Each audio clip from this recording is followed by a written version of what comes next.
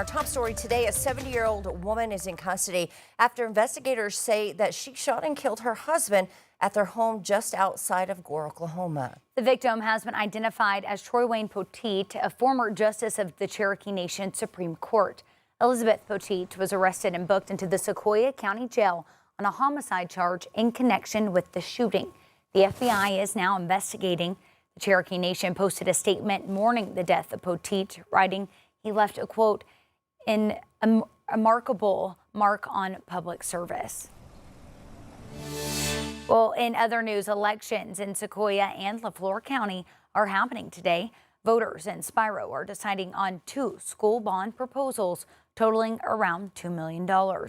One proposal is for transportation, adding 2 new buses. The second is a remodel of the school cafeteria, updating HVAC units at the middle school, and an indoor activity center to serve students in all grades. Voters in Sallisaw will narrow the candidates down for the mayor and county school board races. Polls will open at 7 this morning, here in just about half an hour, and then close at 7 p.m. In Fayetteville, Mayor Molly Ron will give her State of the City address at the town center today. Now, new this year, the address will be followed by a moderated on-stage discussion. The city says it's a closer look into the town's officials' decisions on projects and future priorities. All of it will be live streamed on the city's official YouTube page. Well, as we continue our coverage of Black History Month, we're taking a look at leaders in our own community. Yeah, Fort Smith Mayor George McGill became the city's first African-American mayor in 2018. 5 News reporter Claire Everbach joins us now. You spoke with McGill about his time as mayor and how his passion for public service began. Good morning. Good morning, Joe. Good morning, Tiffany. Mayor McGill says his entire life has been about service, from his time in office to dedication to other issues that he cares about.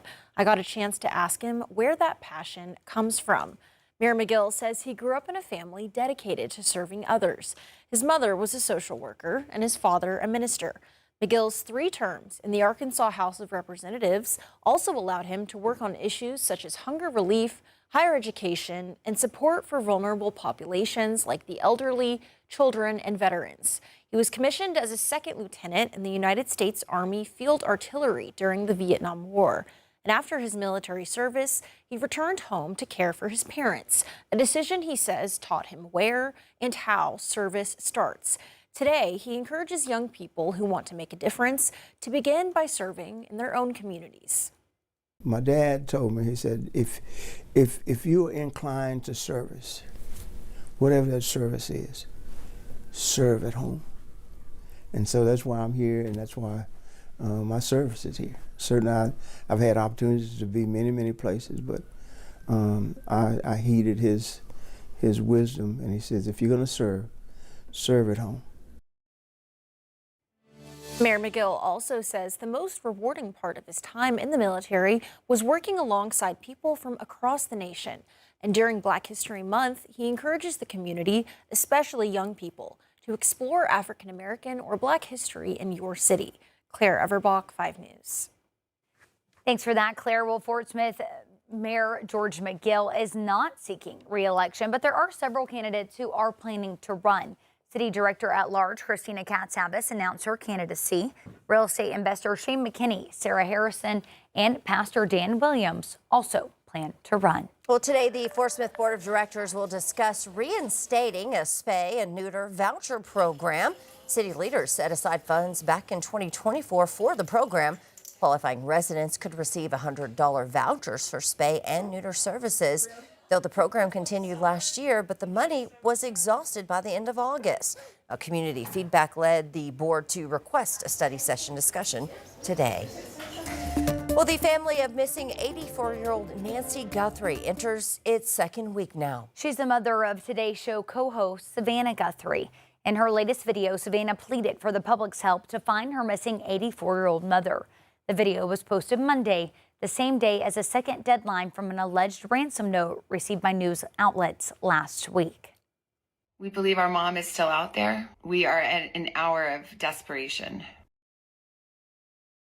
A statement to CBS News last night, the FBI said that it is not aware of any continued communication between the Guthrie family and suspected kidnappers. Meanwhile, Jeffrey Epstein's co-conspirator, Ghislaine Maxwell, appeared before a House committee for a virtual deposition and refused to answer any questions. But her attorney said she is willing to talk if President Trump grants her clemency first. Bradley Blackburn has more.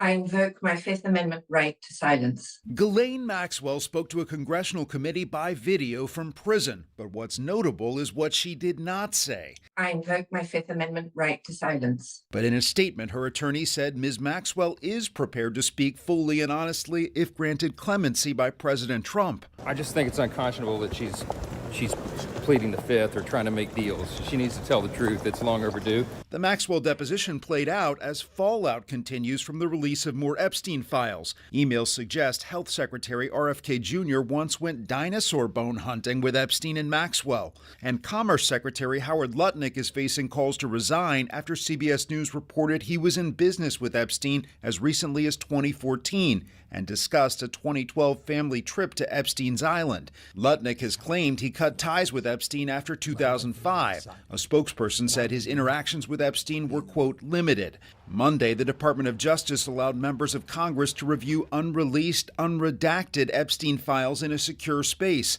Congressman Jared Moskowitz was among those who got access. And some of the stuff I read was just gross, absolutely just gross. And there are names in there, and there are co-conspirators in there, and there are some things that people have said that I think now are untrue.